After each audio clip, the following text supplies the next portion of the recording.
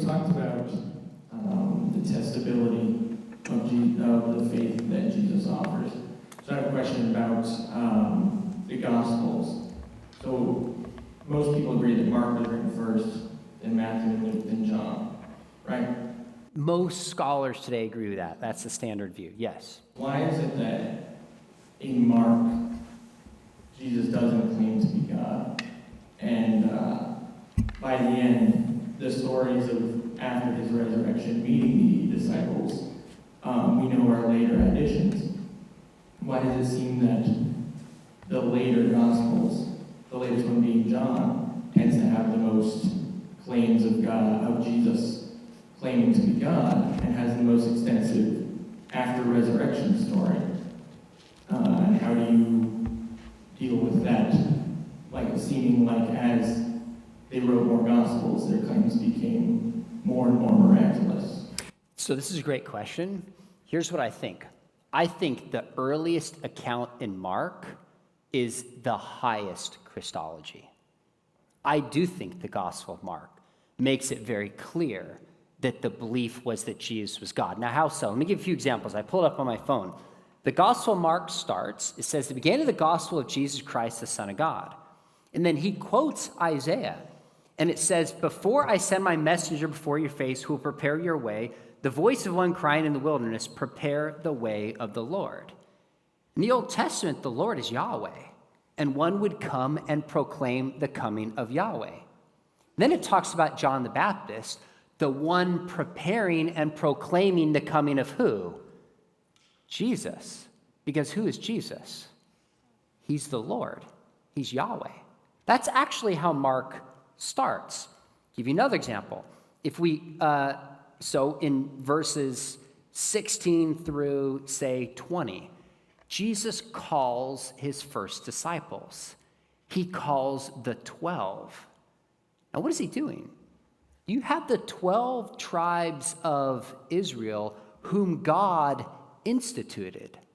Jesus speaks with the authority to reconstitute so-called the 12 and call his 12 disciples, who will, in a sense, replace, insofar as it goes, the 12 tribes of Israel.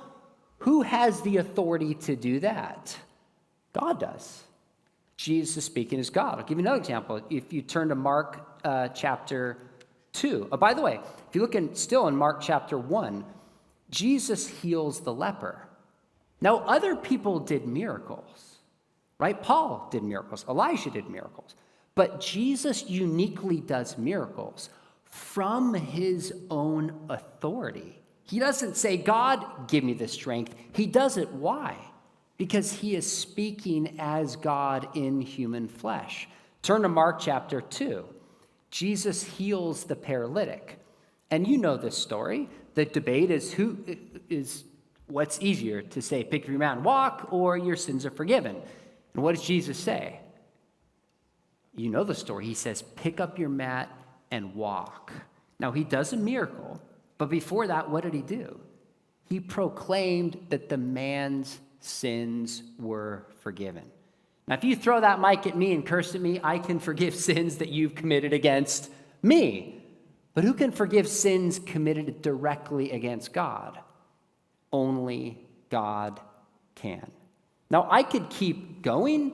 I won't, but Jesus, for example, on the Sabbath, he heals on the Sabbath, is able to interpret with the authority of God. About that, we see that. We see Jesus walking on water, and in the Psalms, the water was God's stead.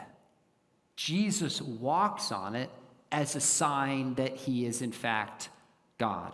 Now, I could go on quite literally. I think every chapter in Mark, there's some indication that Jesus is divine. But his apostles don't understand it until they look back at it and see what Jesus was claiming and see what Jesus was doing. It all comes to fruition in Mark chapter 14. I'm going to read it right here to make sure I get it right, where it becomes very clear who Jesus is. So we're still in the Gospel of Mark, which, like you said, is probably the earliest gospel. Jesus is on trial. And they ask him in verse 61, are you the high priest? Are you the Christ, the Son of the Blessed? And Jesus said, I am. You will see the Son of Man seated at the right hand of power and come with the clouds of heaven. Now, what did he do? He just quoted Daniel chapter 7, in which there's a divine figure coming on the clouds, again, a sign of deity. Jesus says, I am that figure. And what do? They tear their clothes because this is a sign of blasphemy. So I think Mark presents the deity of Christ differently than John presents the deity of Christ. But from the earliest gospel, the beginning to the end, the claim is that Jesus, in fact, is the Son of God. He's divine in human flesh, and he's the Messiah. Sure, follow up. All right, Hold the mic up close like ice cream, just don't lick it.